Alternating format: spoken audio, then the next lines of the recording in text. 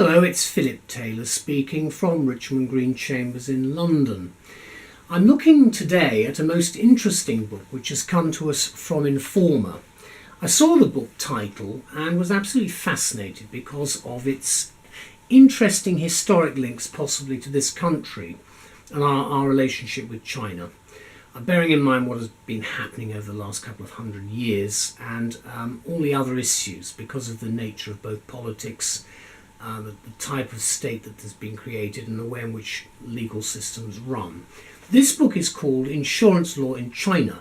No, not a contradiction in terms at all, but something that is, I think, going to be of growing interest as the years develop. It's been edited by Johanna, now I hope I pronounce this correctly, Hjalmarsson and Dingjing Huang. It's part of the Informa Law Routledge series, and it's also they're part of Taylor and Francis group. Now, my wife Elizabeth and I looked at this book in detail and had a nice chat about it, and we came up with the title, Topics in Chinese Insurance Law and Regulation Presented to an English-Speaking Readership. Now, before I tell you what the review is, it's on the web as well, be in the journals. This is the Contemporary Commercial Law series from Informa. There's the book itself, spine, and then there's the back. Informal Law from Routledge. So you can see it sets out who the authors are, both from Southampton, which is a very good university, I hasten to add, and I'm most impressed with the content. It's a hardback book. It's not a particularly big book. It's not even 400 pages long. There's the index at the back. It's not a particularly big book in that sense at all. You've got various articles on the Insurance Act 2009. You notice that it's written in both languages, a number of different languages. That actually, let me just go to that.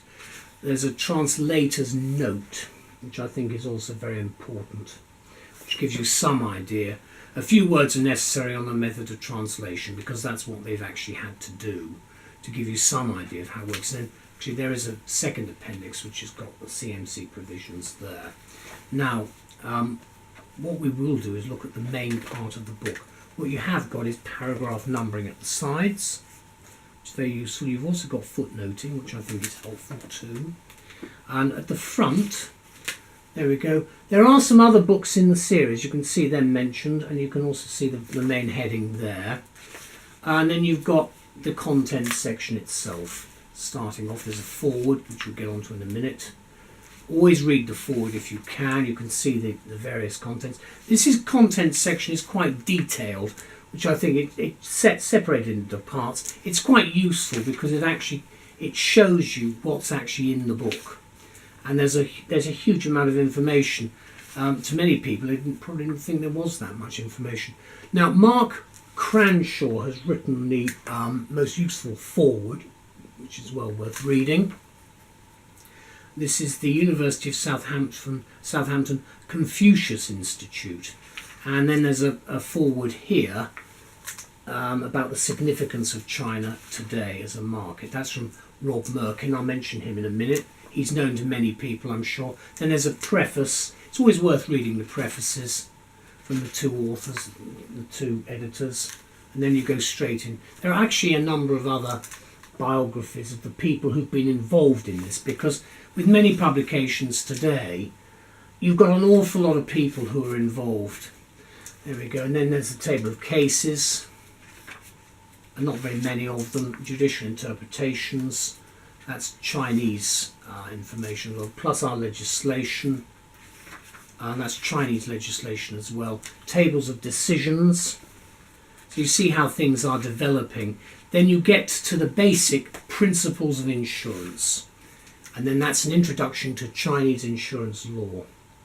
Now, I'm going to say a little bit about this because to some people it's probably a very confusing area indeed, bearing in mind the type of society we have here and the type of society in the People's Republic of China. But this is a very important book and very much part of what I think will be the sort of developments we're going to see in the next few decades of this century. This is what we say anyway. As any business requires some form of insurance provision, practitioners with clients doing business in China or with Chinese companies should acquire this book. Consisting of 14 learned articles from leading experts in the Chinese insurance law world, it encompasses a wide range of topics. Writing in the foreword, Rob Merkin, who's at the University of Essex, expresses Exeter, not Essex, I do apologise, Exeter.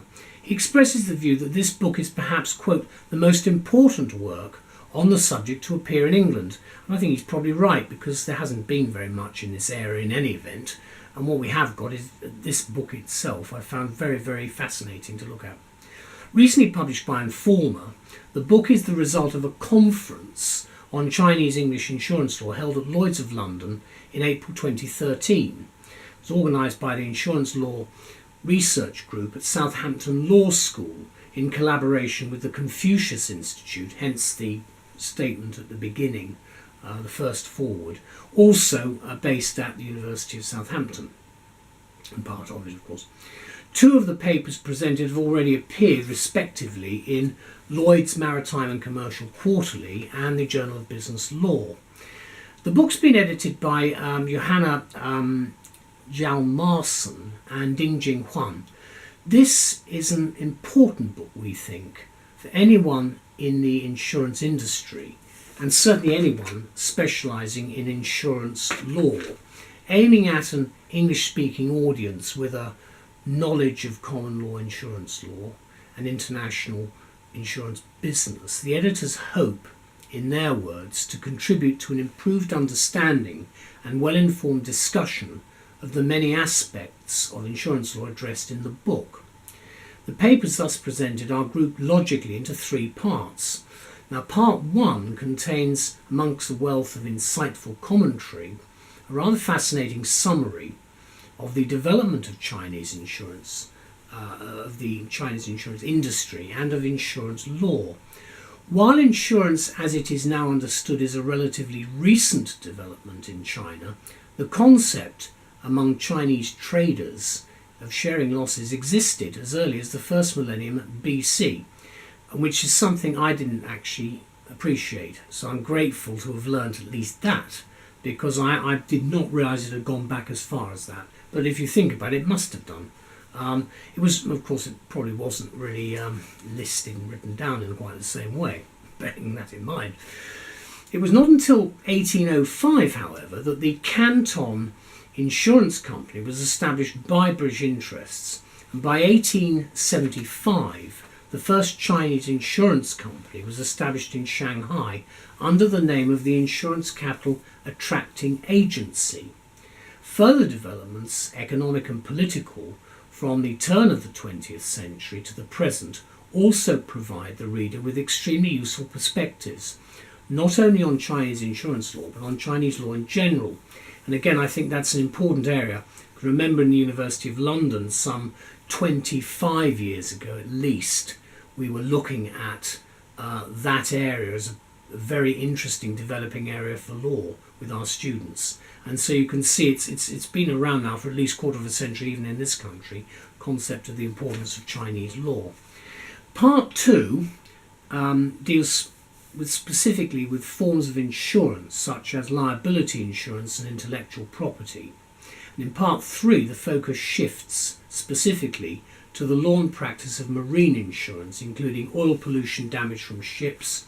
And in addition, the book contains a rich vein of research resources, notably the copious footnoting that's throughout, two appendices, and the extent, including the translations, and the extensive tables of cases, legislation, judicial interpretations, guidelines, reports, and much more.